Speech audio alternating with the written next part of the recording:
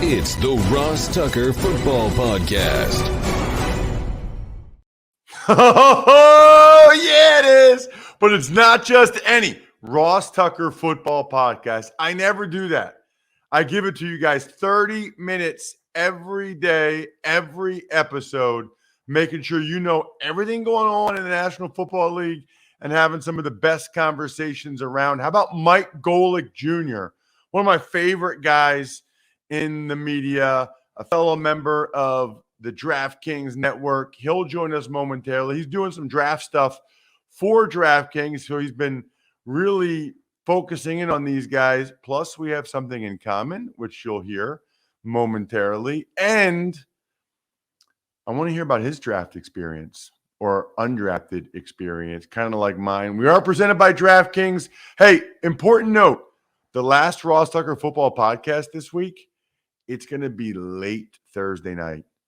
After I get done my work for the Philadelphia Eagles, I do a recap show for PhiladelphiaEagles.com.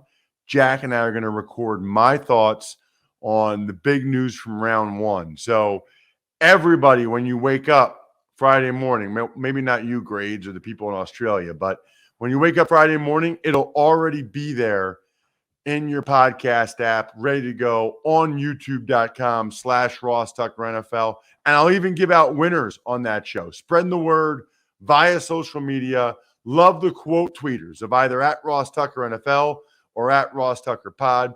Love those of you that take advantage of any of our sponsors. They're the ones that make things go. Sponsors like Labatt, the Game Time app. And then the YouTube shout outs, very fun for me to do these cameo style videos for you guys and send them to you. I send you like an iCloud link, and then you can send that link to whoever you want. It's pretty cool. YouTube.com/Ross Tucker NFL. It's Big Show time. The Big Show. You know what I was about to say, as promised? I said it every time. Every time I have a guest, I say, as promised, we've got Mike Golic Jr. Look, we just have Mike Golic. I know I told you it'd be, but I'm not going to tell you as promised. I'm a big fan. One of my favorite people in media, period, for a bunch of different reasons. Having met him, his show, having been on his show. By the way, I've gotten multiple emails, I think, Mike, of people that listen to the Ross Tucker Football Podcast that say they first heard me on Gojo's show. Is that true, or do you tell people to do that? Oh, I absolutely tell people to do that. And depending on who you are, I will pay you to do that, because then it's going to make everyone want to keep coming on my podcast. But listen, apparently people liked it so much. That means, one, we'll have to have you back again soon. But two, they're getting the beauty and the joy of now getting to listen to the Ross Tucker Football Podcast if they weren't already. I love it. How is the show going, man? How long's it been now? So it'll be a year, May 7th. That was when we first launched. So we're just inside a year right now. And man, I know you know, we've talked about it. You were the brick and mortar that helped build DraftKings and all the content that we've added now. You've been here watching all of this. It's been a whirlwind of a year. It's felt long and short at the same time. It's like training camp, man. Every day has been, hey, let's get through the 5 minutes in front of our face. But we've had a blast doing it. It's been a lot of fun doing it with Brandon. So it's crazy that we're only getting up on a year, and also that it's already been a year. So I would encourage people, number one, to follow Mike on social media at Mike Golic Jr. and definitely follow at Gojo Show. You guys do a great job with that account. Funny stuff, you know, the Gojo out of context show quotes. You really do a good job. Well, and that guy's not actually on the payroll for us either, by the way. That's just an awesome fan who decided to start throwing those up there. So shout out to Out of Context Gojo for helping us promote the show. Truly doing the Lord's work. That is amazing. Here's how I would describe the show or describe Mike. He's like a younger, cooler me, and his show's an hour every day. But it's not just football like mine is. Mike actually cares about and watches the other sports and talks about them. So you guys should all check it out. That's the last one. That's 3 in a row to start the interview. 3 plugs. That's the last one. Check them out. I really have 3 main things for you, Mike. The first one, since we got the draft, we're in draft time right now. I never really asked you, and I think this is a really cool topic because everybody has a story. Everybody has a draft story. What was yours? Like, did you think you were going to get drafted? Did you know you were a free agent? Like, give me kind of the Golic Jr. rundown. What was it, 2012 or 13 maybe? 2013 NFL draft coming off that 2012 season. And yeah, I was a late 10-year anniversary. Who could ever forget sitting on my couch in South Bend with my parents in a so this will be great. So I knew I was going to be probably an undrafted guy. In the lead up, my agent had kind of said, yeah, there's a couple teams that maybe could take a late round flyer on you, but more often than not going to be undrafted. And I knew that. I was a late bloomer. I ended up starting 17 games at Notre Dame. The only full season was my last year where I got lucky. We went 12-0. Things were good, so there was a lot more attention. Helps my chances. The rising tide lifts all ships. And so I go through, and I had a couple of teams reach out to me during the course of the draft. But really, that weekend for me was getting to enjoy watching a lot of my buddies that were going to be drafted highly, drafted in the first couple of rounds. Tyler Eifert was a first rounder in that draft class, some of the other guys. And so getting to watch that, knowing, hey, my time's going to be later on here. I got to do it with my family. We were all in South Bend. They still have a place out there. And, just sat around. And that day I got, a call from Andy Reid and the Kansas City Chiefs about coming in and doing the training camp tryout with them. I got the call from the Pittsburgh Steelers to sign there as a priority undrafted free agent. And I ended up making that move. And it was, it was exciting. And for me, I think because I was so lucky in having my father as someone I looked up to, but also as like a resource for all this, I knew that while this is the next step in the process, and it's a celebration for a lot of people, especially the guys that are drafted highly, who are going to make the money that changes their lives. I always knew the route I was probably going to go was just, hey, now the work really begins. Now you got to try and scratch and claw to even make it to the next part of this that you want to get to. And so it was great to have the next direction for where I was going, but I really knew at that point that it was about getting started with the work, and that was the exciting portion. Okay, so you knew you were going to be undrafted, and Andy Reid, did literally Andy Reid call you? Yeah, that was one because, especially Andy had been so close with Dad for years that, he had known us, he had known me through Dad. And so that one, was cool, and obviously incredibly, it's inspiring is not the right word, but certainly like heartening that, like, all right, like that's a pretty cool moment there to know that ass came from. But it was a tryout, and the Steelers were going to actually sign you. Exactly, which is also the difference. Like, the Steelers are actually going to kick like a few grand of signing bonus money in there too, which is always a nice little thing as they sit around. As when they introduce you at a lot of those rookie camps and have you do the stand-up, it's always stand up, what school did you go to and what was your signing bonus? And so to actually get to say a number and have it, not just be nothing was a nice way to start that introduction, even if it didn't ultimately work out. You know what's funny about that, Mike? I got 0 signing bonus. And my roommate for the rookie mini camp the weekend after the draft, I think his name was Brad Harms, Northern Iowa. His signing bonus was $5,000. And he had his check in our hotel room. I remember this vividly. And he was like, man, these taxes are the worst. Aren't they? And I was like, yeah, terrible. Taxes, terrible. And then, by the way, 2 other quick things about that, Mike. I've never heard anybody snore so loud in my life. Oh. I went down to the front desk and I said, listen, tomorrow is the single most important day of my life, and I have not slept 1 second yet. It's 1 a.m. You need to put me in another room. Now, I don't know if the Redskins got the bill for that or what, but they put me in another room. And then Brad got cut like after minicamp. And it was clear that I was way better than him. And it was clear I was better than several of the guys. And I remember saying to my agent, like, hey, can I get the $5,000 that they gave that guy? I'm better than him. Like, $5,000, like, when you're 22, I'm calculating how many kegs of Yingling I can get for $5,000. So that's funny. So it's funny, Mike. I'm halfway through the second episode of the Manti Te'o doc. We have 2 kids, so like we never watch TV, but I know I'm in it, and people are like, so I gotta watch it because I'm in it for like 8 seconds or something. But that was your senior year. Yep. I mean, I'm sure you get asked about it a lot. I'm sure you have like a stock answer, but like, what was it like? Like, what did you like? When did you guys know something was weird or off? Like, what's the deal there?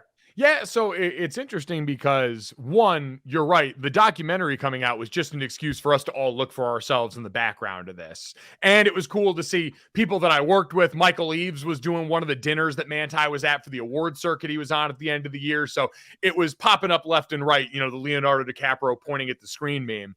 But we didn't find out about what had actually happened until well after the season. So I was playing, and it was the Raycom Stars and Stripes game. It was, the third level down of the Senior Bowl and the Shrine Bowl and the NFLPA Bowl and all that stuff. And me and Robbie Toma, who was a wideout for us and had been high school best friends and high school teammates with Manti at Punahou in Hawaii, I was with him that week, and it breaks. And as you can imagine, the SEC players that were already inclined to make fun of us for getting stomped out by Bama in that title game that had just happened recently were also getting their jokes off at our expense. Like, oh, y'all don't have real girls at school up there. What's this about? And so that was when it broke for me. During the season, we had always known that relationship was, kind of a weird distance thing. And when you're the star player on a team, people are like, why? I don't know why you wouldn't just date somebody here, but that's not my thing. Me and Manti weren't super close as teammates. And so it was one of those, all right, we knew he had been dating this girl. We knew it had been long distance. I think they had, claimed to have met at Stanford the year before, which I remember. But when it went down and we got the news that Lene had quote unquote died, it was also in the same day that Manti had actually lost his grandmother. And so we were getting ready to play Michigan or Michigan State at the beginning of the season. And Coach Kelly brings us all up and says, hey, Manti's, had a rough go here. He wanted to talk to you guys and just get you up to date. And Manti told us, he's like, hey, listen, I'm going through it right now. I just lost my grandmother. I just lost my girl. Like, I'm going to still be here with you guys this week. And we did what we had done for all of our other teammates, unfortunately, who had dealt with losses in their family, losing parents, losing loved ones. Wrap your arms around them, try and be there for them in whatever capacity you normally are around the locker room. And then understand and know that guys like Robbie and his other close friends were going to be the ones that really had to shoulder the bulk of that load. But as the season went along and that story got bigger and bigger because Manti's an off-ball linebacker with 7 interceptions, which doesn't happen all that often, ends up being the second runner-up for the Heisman. We have the best season in Notre Dame football since the Brady Quinn era and are undefeated going into that title game. When all these things start to happen, there's a ton of attention on him. But as you know, Ross, like for the rest of us, we're trying to keep our heads above water. This is my first year as a week 1 starter going through the season, and we've got all this extra added attention. There's all this pressure on us, the game. So I'm just trying to figure out what I need to do day to day to go through it. It's so myopic, as you know, that for the rest of that season, we knew people were talking about it, but it wasn't this thing that was hanging over the locker room or talked about every day for us. We were trying to figure out what we needed to do to beat Purdue and Stanford and all these different teams we were going to play. That makes perfect sense. People are always so surprised when you tell them stuff like that. Like what happens when this guy got in trouble? I'm like, I didn't care at all. It didn't affect me or my life or my job. Number one, I got to ask you, you went to a Taylor Swift concert. Like, I didn't know until I started following you on social media that you're a big Taylor Swift guy. Have we talked about this? She's from my hometown, right? I did not know that, actually. Wow, what a blessing. Oh, yeah. She's from Wyomissing. I'm like pretty good friends with her dad. Oh, okay. All right. Whoa, okay. We really need to talk about this then. No, we're not. But I will say, people sometimes bust my chops about being a big fan of hers, but I guess I kind of have a reason, right? Like, it's a small hometown, an hour west of Philly. I'll just tell you one quick thing, Mike. I went to her concert maybe 2016 in Nashville, and I was talking to her mom, and I said how from 2001, my rookie year, to 2008, I was the most famous person probably ever from Wyomissing. And I told her mom, I'm like, until Taylor came along, and her mom said to me, Mike, she said, well, Ross, just keep working. I was like, no, I think it's over. she's like the most famous person in the world. I'm gonna go ahead right now, Mrs. Swift, and take the L on that one. I'm gonna declare that I take the L. So anyway, I legitimately think her music's fantastic. I am sure, because I only remember like two things I learned in college, right? At Princeton. One was always consider the source and the inherent bias they might have. And I'm quite sure, because I've met her multiple times and I've been on her tour bus or whatever, her RV, like I'm quite sure, and she's from, I'm quite sure I'm biased. But anyway, I want to hear why you like her so much, because that it intrigues me that a male football player in his early 30s is as outspoken as you are. Mine is obvious. Yours is like there's no connection. You just really enjoy it, right? Ross, let me just say this. We're going to offline about this connection, because if you've actually met her parents and been on her tour bus, we got to talk, because you are now my goal. I want to be Ross Tucker even more when I grow up, because you have been inside the inner circle. For me, it's purely because I think she makes good music. Like, so for me, her album Red, which is considered one of her two best, came out when I was in college. And so I remember being out at bars and hearing songs like 22 and that piping through the stereo. It was the songs that we had fun and partied to. And then it just kind of grew from there. I mean, she's my exact age. So she was born in 1989. We're both 33. And so I've kind of seen, all right, the content always sort of mirrors where we're at in life. It sounds really good. She knows how to make hits, and she puts on an incredible show. And that's all I had ever seen. This was the first time when I went and saw her most recent tour, the one she's on now, the Eras Tour in Las Vegas. It was the first show of hers that I'd ever seen. And so, yeah, it just sort of built over time. Ross, the way I've always operated is like, I don't really care what people are going to like think or say or judge off what I enjoy listening. Like, I know people are going to typecast me. I'm a 6'4", bald bearding white guy covered in tattoos. I look like I should be into one very specific lane of things. And I've always kind of prided myself on the fact that because of that, it's even funnier when people find out all the stuff I'm into. The fact that, like, I love Taylor Swift. I'm really into Japanese anime. I watch a lot of trash reality TV shows. Like, I do all these things that someone that looks like me normally doesn't do. And I actually take a lot of joy in that. So yeah, I the biggest thing I take joy in, Ross, is I took my younger brother to the Taylor Swift concert. We was with my whole family. He was the least Taylor Swift fan of all of us. And by the time we were done, he had downloaded everything onto his phone. He was listening to Taylor Swift when he picked me up from the airport the next week. We full on converted him through the experience. That's amazing. Yeah, her shows are incredible. I've been to 3. Like, I'll give you one quick one, Mike.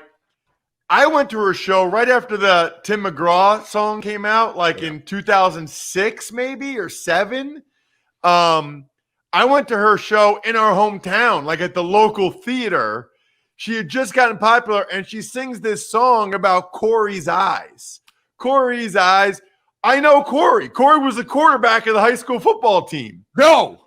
Oh, my God. Then after the show, I see Corey walking out, and I'm like, yo, Corey, come here. And he comes over to my wife, and I'm like, Kara, this is Corey. She's like, Corey who? I'm like Corey's eyes, like Corey, the song, Corey's eyes. And she's like, well, you do have nice eyes. It was just funny. Really, really funny. Oh my God. I had no idea you were this tied into the Taylor Swift universe, Ross. This is incredible. Yeah, we got to have a whole conversation sometime. She puts on a great show. I'm a huge fan. I heard she's doing like 40 songs or something insane.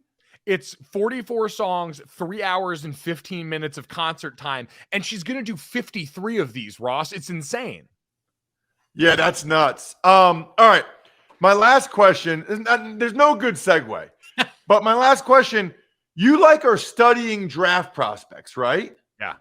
Okay. Why? Like, tell me about your draft process. Like, how many guys do you study?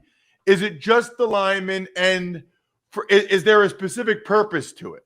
So actually, yeah, this is a great time. So myself, my dad, Charlotte Wilder, and a bunch of other folks at DraftKings are going to be doing a draft live stream night 1 of the draft. So people are going to be able to check that out on all the DraftKings social channels, on the DraftKings YouTube feed. But we're going to go to Boston, and we're going to do a little draft show on night 1. And so for me, it's actually been good. Like, I got in the habit of it when I was at ESPN. I used to be part of a lot of their digital productions there. And one of the shows that I was a part of at the very beginning was our draft show. And we would do all 3 days streaming. So as you know, no commercials built into that. When you get to day 3 and it's 7 hours of draft and prospects that most people haven't heard of, you, one, are so deep in the weeds in what you're studying that it'll make your head spin, and two, largely BSing about other stuff and large storylines. And so for me this year, it's a lot easier because it's just round 1. So I'm getting to focus on just the prospects we're going to see that day, the top, 40 or 50 guys that could potentially go in round 1. Like you said, I lean a lot on the linemen because those are who I have the most fun watching. Like, the one thing the draft process teaches me, Ross, I don't know how people enjoy scouting positions that aren't offensive and defensive line. Like, there's whole plays for receivers and DBs where just nothing happens. They throw the ball the other way. You don't have to come up and tackle. Like, at least O&D line, something happens every play, and it's a high-speed collision. And I just don't know how people enjoy studying those other positions as much as you would enjoy watching the big boys go to work inside. Mike, this always sounds weird when I say this to you, because I'm only 10 years older, but I met you when you were like 18 or something. You are excellent, man. Like, your delivery, I mean, you used a couple fancy words. Myopic, I knew what that one was. I'm just always impressed when I talk with you. Follow this man at Gojo Show is the podcast, at Mike Golic Jr. Thanks so much for coming on again. Really appreciate it. Tell Corey I said hi. Thanks, Ross. Well, Mike Golic was as advertised. Mike Golic Jr., I should say. You know what else is as advertised? The Game Time app. I was telling Jack before the show even started, I'm obsessed with this thing right now. I look at Philly, I look at Hershey, I look at Baltimore. You type in any city, anywhere, and it'll tell you any of the upcoming shows. So for me, I live like 12 minutes from Hershey Park Stadium. Morgan Wallen, May 18th. Blink 182, May 27th. Zach Brown Band, July 1st. Luke Bryan, July 13th. Dude, these are, you're like speaking my language right now. I love all of these. Jason Aldean, I'm going to dominate Hershey Park Stadium this summer thanks to the Game Time app, because I know I'm getting the guaranteed best price. Think about this. If you find tickets in the same section and row for less, Game Time credits you 110% of the difference. That's crazy. They send you the tickets directly to your phone. You literally hit 2 buttons and you have it. Snag the tickets without the stress with Game Time. Download the Game Time app, create an account, use code ROSS for $20 off your first purchase. Terms apply. Again, create an account, redeem code ROSS for $20 off. Download the Game Time app today. Last minute tickets, lowest price, guaranteed. Hopefully I'll see you guys this summer at Hershey Park Stadium. Tuck's Takes. All right, Ross, we'll start with the Jets trading the 42nd overall pick and a conditional first rounder in 2024 to the Green Bay Packers for Aaron Rodgers, amongst a few other pick swaps. So, several thoughts on this, obviously. Number one, this is why it's really important that you follow both me at Ross Tucker NFL and Jack and the show at Ross Tucker Pod on social media, whether it's Twitter, Instagram, TikTok, Facebook, whatever you're on. Because as soon as this news came down, I posted a video with my thoughts because I didn't want you guys to miss out on them or have to wait 2 days. I'll say this. That's an awful lot for the Jets to give up. I think the Packers did extremely well. I understand if you're a Jets fan and you're just excited you have Aaron Rodgers, but if he only plays 1 year, which is very possible, that is an awful lot to give up for 1 year of a guy for $60 million. He's going to restructure his contract to lower the cap hit, but he's not going to take less money. I'd be shocked if he took less money. It's a lot. I mean, now if that 1 year they win the Super Bowl, then all bets are off. Other than that, to me, it feels like it's 1 year to save the job of the general manager because the Jets, I think, are likely to make the playoffs now. Tuck's Takes. Also with the Jets, they bring back starting center Connor McGovern. I didn't even realize he hadn't re-signed there. I don't understand the timing there. That's a little bit weird to me. Maybe he wanted to make sure the Rodgers thing happened. I don't know what happened there. Tuck's Takes. We'll stay in New York with Deshaun Robinson signing with the Giants while the Steelers sign wide receiver Miles Boykin. Oh, it's a bad one. Bad one, Jack. Ashawn. Sean Robinson signs with the Giants. Good D tackle, gives them some depth. Boykin was kind of a disappointment in Baltimore. It's kind of a disappointment for me anytime I drink a beer that's not Labatt Blue Light. Drink some of those with your friends. Live life to the power of we. Always enjoy responsibly. Beer. Labatt USA, Buffalo, New York. Got to check out Even Money Podcast, Fantasy Feast. We are all about the NFL draft. Shout-outs, Pizza Boy Brewing, Sporticulture, HumanHeadNYC.com, SteakhouseSports.com, Go-Bengals.com, Evergreen Economics, BackOfficeSchedule.com, and MyFrontPageStory.com. I think we're done here. Thanks for listening to the Ross Tucker Football Podcast. Make sure to also subscribe to the Fantasy Feast, Even Money, Business of Sports, and College Draft. All available at Apple Podcasts, RossTucker.com, or wherever podcasts can be found.